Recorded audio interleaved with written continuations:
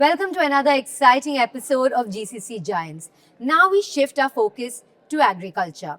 It's an industry that's deeply rooted in local realities, yet it's being increasingly shaped by global capabilities. Our discussion today centers on the role of GCCs in global agri-tech.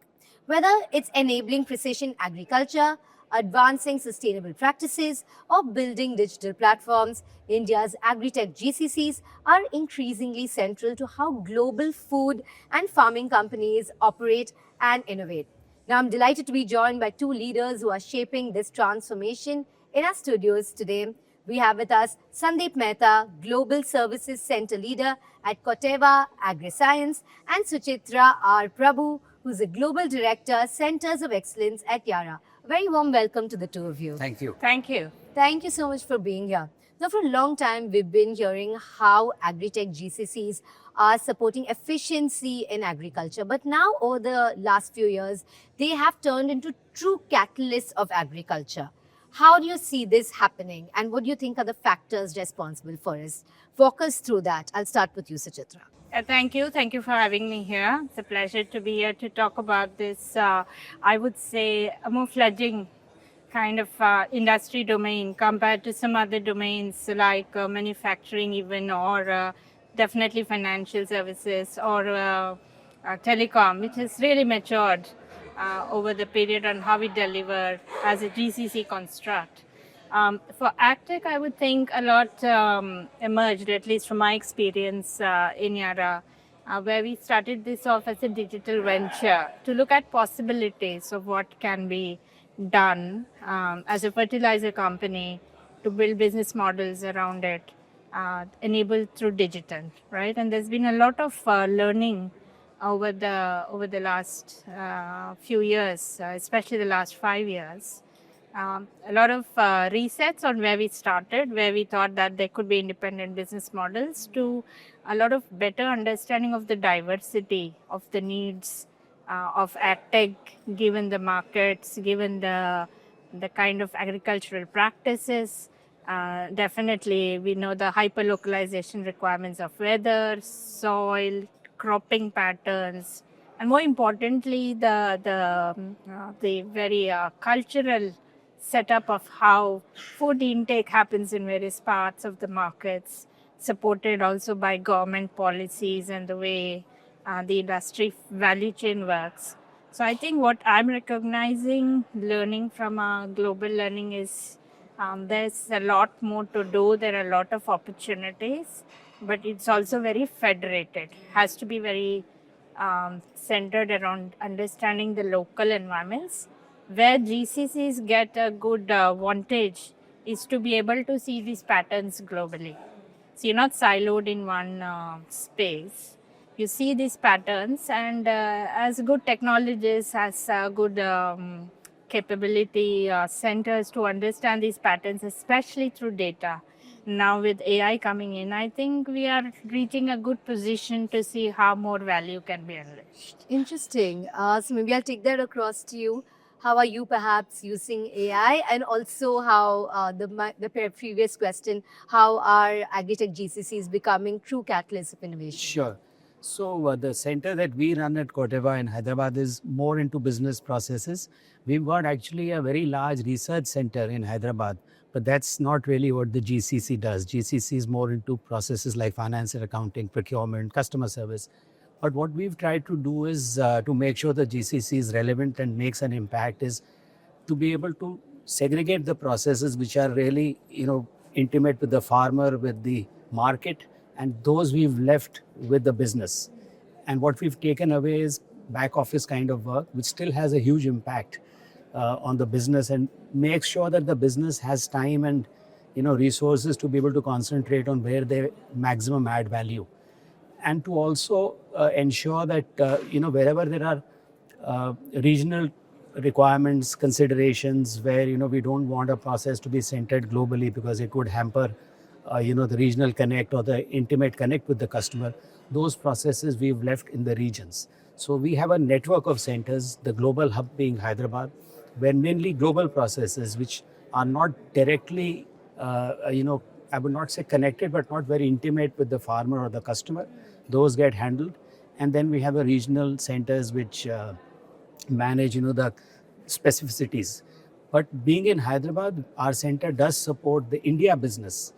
We've got a fairly large business in India, almost $500 million and growing. And the center in Hyderabad does support the commercial activities, does support, the customers, consumers of our products very directly. So I would say it's like a not really very close to the business as such in terms of connecting with the farmers, but still making a huge impact in terms of the processes that we handle here. I want to explore this balance a little more. Agriculture is so local and, like you said, hyper local. Depends on the soil, the climate, the other conditions around, which are so local. And yet, now GCCs operate on a global level. How do you balance that need for standardization along with your local farmer ecosystems? Yeah, so for us, since we mainly focus on business processes, not so much on, ag technology as such, what we try and do is use our, the hub and spoke model that I talked about, Hyderabad being a global hub and the regional centers really supporting regional needs. That is how we kind of have this balance. An example being, Europe, for example, where regulatory compliances are very stringent. In fact, US is still catching up with where Europe is. Our team in Spain basically manages those connects. Same way in Latin America, where the way agriculture is done is very different. You have barters and those sorts of mechanisms. There again, those sorts of processes are handled locally and not handled out of Hyderabad. Otherwise, there would be a huge disconnect. Okay, so that's an interesting model that you spoke of, the hub and spoke model. How are you doing it at Yara, Suchitra? Yeah, I think correctly mentioned that there is always a local scope and content that needs to be handled. And there are many things that you can learn and progressively standardize so that it's not repeated. And it's an ongoing process of learning. I think we started with a very global view.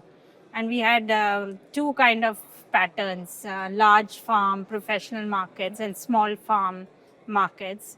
But then progressively, like I discussed, we moved more and more regional and tried to discover the very specific patterns.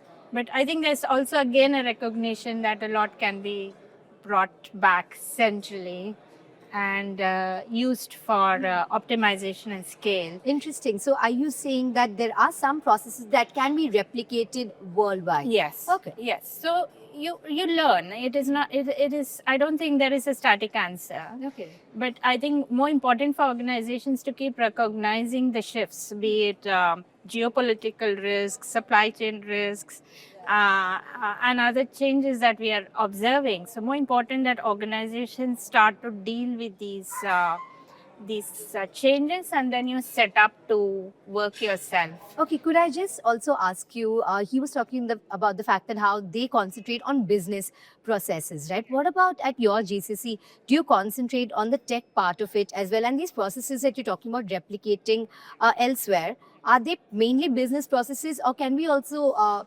perhaps replicate agricultural processes or perhaps the tech side of it? Yeah, see, classically enterprise processes which are mimicking the functions of the enterprise are what you would call business processes. They are also centralized in Yara, but not in India. They are operating from other parts of the world. In India, we are focusing on where we were set up originally was the digital processes. And I was talking more in context of the ag-tech and digital processes that we are learning, moved from a central pattern to then various regional patterns. And we are now exploring what can we bring back as common patterns that can be reused across various markets. So I was talking more in context Understood. of the Thank you. So agriculture. just Yes. to add on to your previous question, going by what she was just mentioning, local versus global. I think having a global center is also a big catalyst in terms of the organization trying to see what earlier they felt was local, but can they standardize it? Can they streamline and bring it to the global center? Because the global centers for most of us are, real assets on the ground. which need to be leveraged as much as possible. So it's a good trigger and a good catalyst that the company starts thinking on those lines, which earlier they thought can never be centered, but could get centered. Where local successes can be extrapolated elsewhere. That's great to see how the two of you are driving that. Thanks for walking us through that, Suchitra. I'll come back to you, Sandeep, at Corteva. How are you making a real business impact from your GCC? So what we are trying to do is, one, first of all, what helps us is like Yara, we are a single product company. Our only customer is farmer. There is no other customer that we have. So it's very easy for everyone to align with the corporate vision, with the organizational objectives of serving the farmer. And as a result of that, everyone in the center truly believes that they are a part of the agricultural side of the business. They're not really merely a back office. So the metrics that we have in terms of how we assess center performance are no longer internal, like how many invoices you processed, not those sorts of things. Our metrics are things like how much money is past due, or when are customers going to pay? Are we paying vendors on time? Are we able to close our books on time or not? And results get reported to the SEC. So what we've tried to do is making sure that people are incentivized and they are focusing on external facing things which impact the business directly, rather than the typical mentality of being very internally focused. So our goals are kind of top down. We get the global objectives coming out, and then that translates down to everyone's individual priorities. So everyone is focused on agriculture, and that's how we make sure that we drive business impact. When we talk about agriculture and when we talk about food and farming, trust and sustainability are non-negotiables. How is your GCC adding that side of the value? So trust and sustainability, and actually, if you look at a GCC, you would feel that there is nothing that you have in that area. But there are things like are you having data which is authentic? Are you having compliances which meet all the regulatory requirements of various countries that you operate in? Are you operating in a sustainable manner? And I was very surprised when we started reporting for some of the US and European mainly standards. They even look at, are you paying your customers on time, vendors on time rather, and those sorts of things, which not necessarily, being a chemical company, it's not just about chemistry. It's also about the way of doing your business. Are you doing it in an ethical way? Are you compliant with the local standards? And that's where the processes that we handle, we try and make sure they are all in compliance.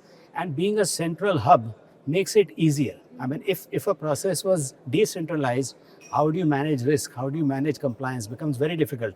But being a centered location, it becomes that much easier to monitor, control, and execute.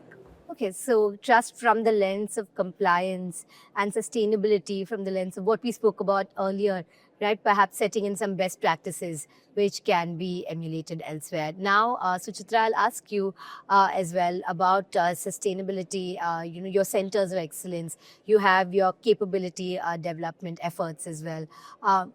Talk to us about that. How are they propelling your global organization?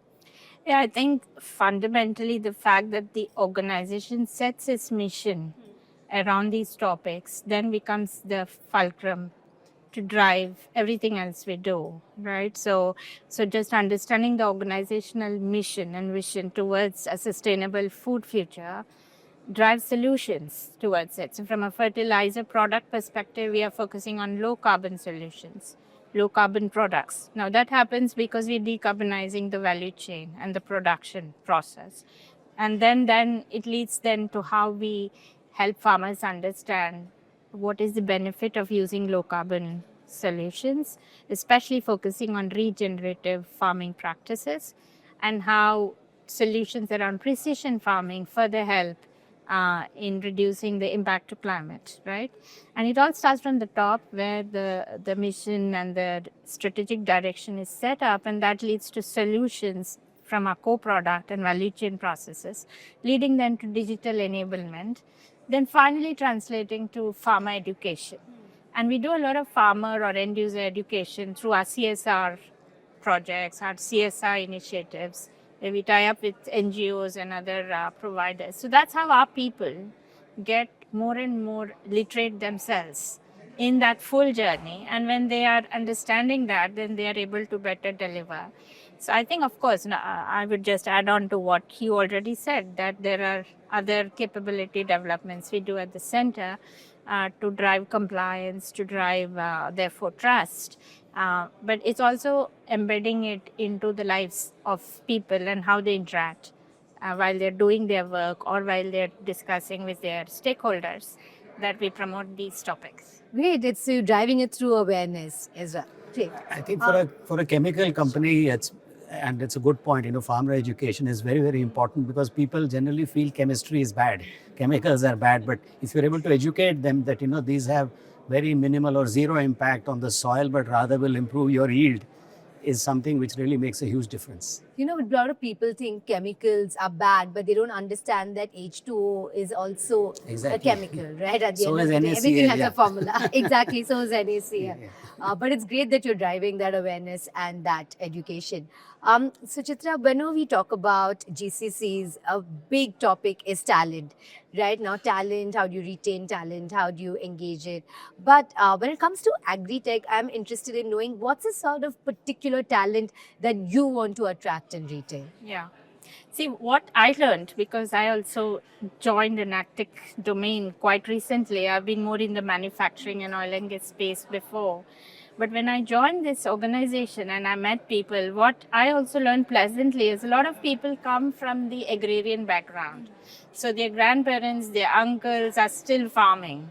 And now when they join an agtech company and they are working on solutions that help back home, their own families, then they're very motivated, right? So these are people, a lot of our people come from agrarian background, and when they then relate to work back home and supporting the economies back home, and there's a very different interest and motivation to align and learn more.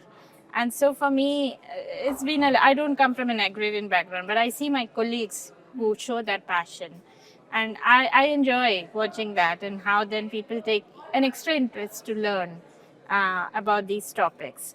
I think skill development from a technology or digital perspective is an ongoing process. Technologies are changing, so you have to continually work. But I am starting to see a little bit more that the longer we invest in people, the more we'll get out of them, because we keep saying Global Capability Center. I heard this yesterday in some other talk here as well. But maybe we should call it Global Competency Center, right? Focus more on building the competency on a certain topic so that the skills feel they're important, they have a purpose, and we get more value from them. Yeah, so that's my biggest takeaway. This invest more where they feel aligned to the purpose, and then they do more for it. Yes, I think that is universal for sure. Invest in people so that they also feel motivated to give back. Would you like to weigh in on this, Sandeep? So for us, since we are not really, the center is not into ag tech per se, but when we hire, we just do try to see, what the culture of the company is and if the employees have a good fit in terms of, the culture. But what I'm observing nowadays is because of, so much talk about food security, growing population, reducing land, people in general are becoming more passionate about agriculture and, about farming. And being in Hyderabad, where, like she said, a lot of families of employees have been into agriculture, people feel a very strong connect with our company because at the end of the day, their maybe father, grandfather were into agriculture, they've used our products. So it does help, absolutely. But we don't really have a specific goal to hire people with that background. Okay. All right. So I think maybe you hire for the will and then you train for the skill. Okay, super. I actually borrowed that from a leader yesterday. And on that borrowed note, I'll wrap up this discussion. Thank you so much for joining us here at the studios today. While you were speaking, I was just thinking, here are two leaders that we have from agriculture, from agri-tech, talking about how their GCCs are driving value. And so for viewers who are watching this, I think this was a comprehensive lesson in how you drive excellence through your agri-tech GCC in India. I think it's been fantastic indeed. Thank you so much for joining us. Thank you so much. Here at the studios today. And Thank you, thank you Suchitra. so much for watching. And for more such very interesting conversation with leaders who are making a difference, remember to stay tuned to GCC Giants.